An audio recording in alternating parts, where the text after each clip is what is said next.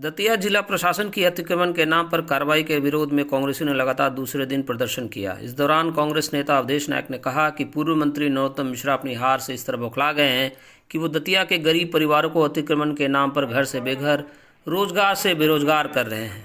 धरना प्रदर्शन में अवधेश नायक, पूर्व पार्षद व वरिष्ठ कांग्रेस नेता अजय शुक्ला, दीपक बिलपत्री, मोइन कुरैशी, रेखा अहिरवार, अर्चना अहिरवार मौजूद थे।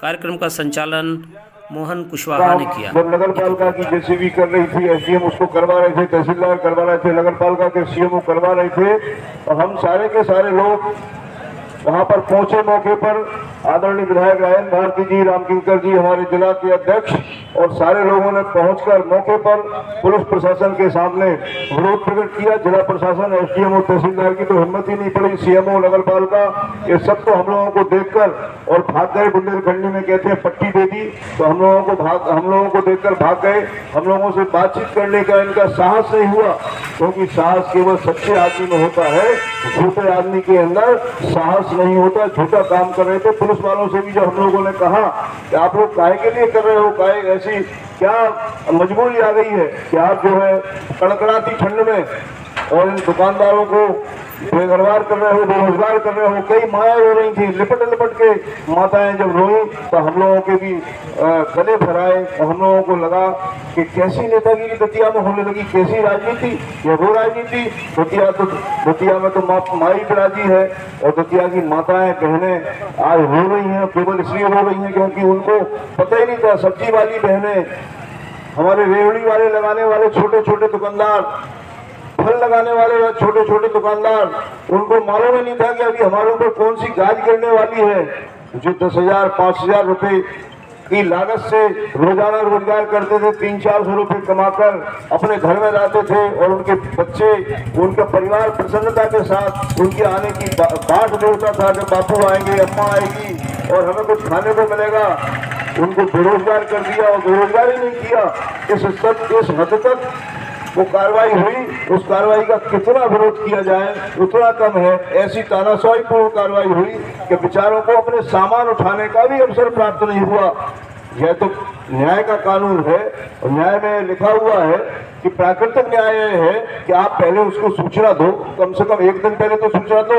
वैसे कानून तो कहता है कि 7 दिन पहले आपको उसको नोटिस देना चाहिए, और उसको यह अवसर देना चाहिए कि वो आपके सामने उपस्थित होकर यह सिद्ध करे कि यह अतिक्रमण नहीं है, और अगर अतिक्रमण है उसके बावजूद भी तो 7 दिन की मोहलत देकर उसको सामान उठाने का, उसको व्यवस्थापन करने का अवसर प्रदान करना चाहिए। ऐसा जिला प्रशासन ने कहीं कुछ नहीं किया। ऐसी कौन सा दबाव था, ऐसी कौन सी मजबूरी थी? केवल इतनी सी बात कि एक तानाशाह नेता को दतिया की जनता ने औकात दिखाने का काम किया, उसको वहां पर भेजने का काम किया जहां से उसने दतिया में संग लगाकर सिंध के रास्ते से प्रवेश किया था, डबरा में।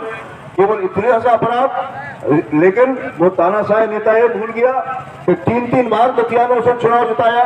2008 में जिन शंभूदयाल तिवारी भाई साहब उनको लेकर आए थे, उन शंभूदयाल तिवारी भाई साहब को भी विषम परिस्थितियों में आत्महत्या करना पड़ी। इसका भी दोषी कौन था? दतिया की सारी जनता जानती थी।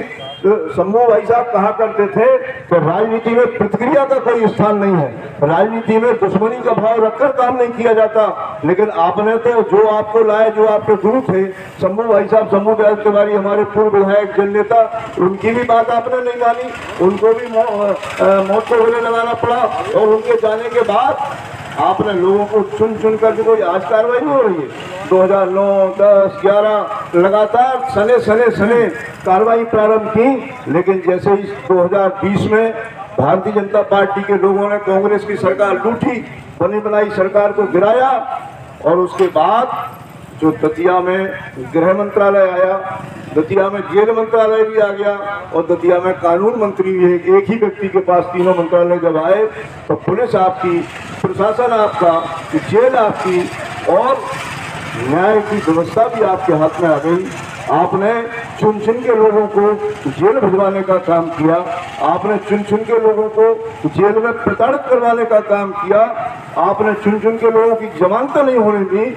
आपने इस तरीके की व्यवस्था दतिया में बनाई कि दतिया का आम आदमी त्राही करने लगा।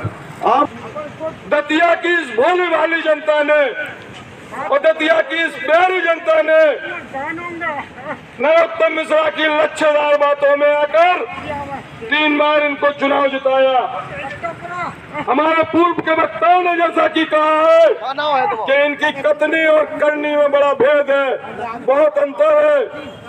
ठीक कह रहे थे ब्रिजमोहन भाई कि अक्सर कहा करते थे जब ये सत्ता में थे तब ये बड़ी बातें करा करते थे कि हमारे झंडे अलग हो सकते हैं, हमारे डंडे अलग हो सकते हैं, हमारे एजेंडे अलग हो सकते हैं, लेकिन जब दतिया के हित की बात आएगी और दतिया के हित की बात आए तो सारे लोगों को एक छाते के नीचे, एक झंडे के नीचे आके दतिया के विकास की बात करना चाहिए।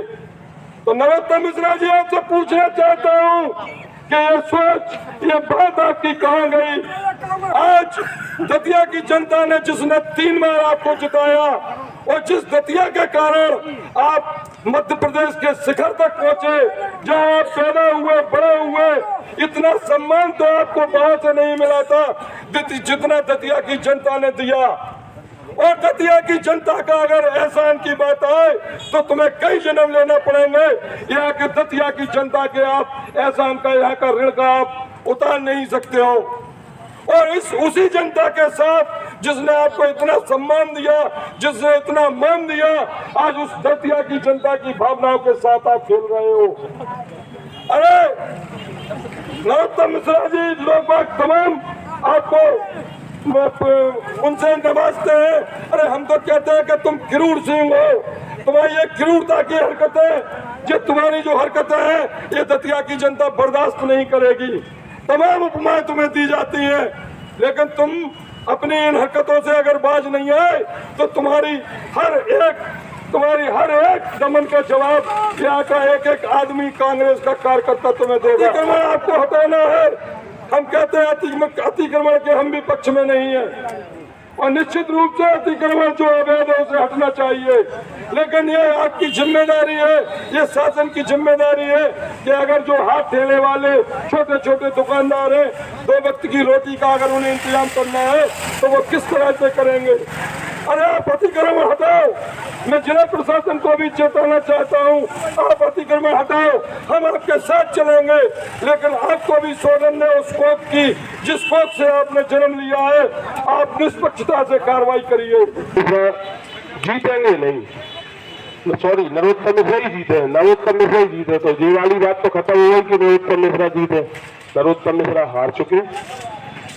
दूसरी बात, अब वो जहां जहां भी तोड़फोड़ कर रहे हैं तो उनका उद्देश्य है कि हम तोड़फोड़ कराकर, उन्होंने दतिया में 2000 दुकानें बनवाई हैं, तो कैसे भी करके लोग कर्ज लेकर हमारी दुकानें खरीदें जिससे उनकी आय बढ़े। क्योंकि अब वो नेता तो रहे नहीं, अब वो चाहते हैं कि हम पैसे वाले बन जाए।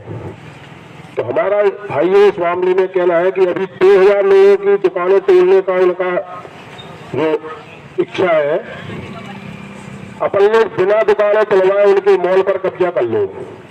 क्योंकि जब तक अपन लोग उनके मॉल और महल को और उनकी मील को नहीं तोड़ेंगे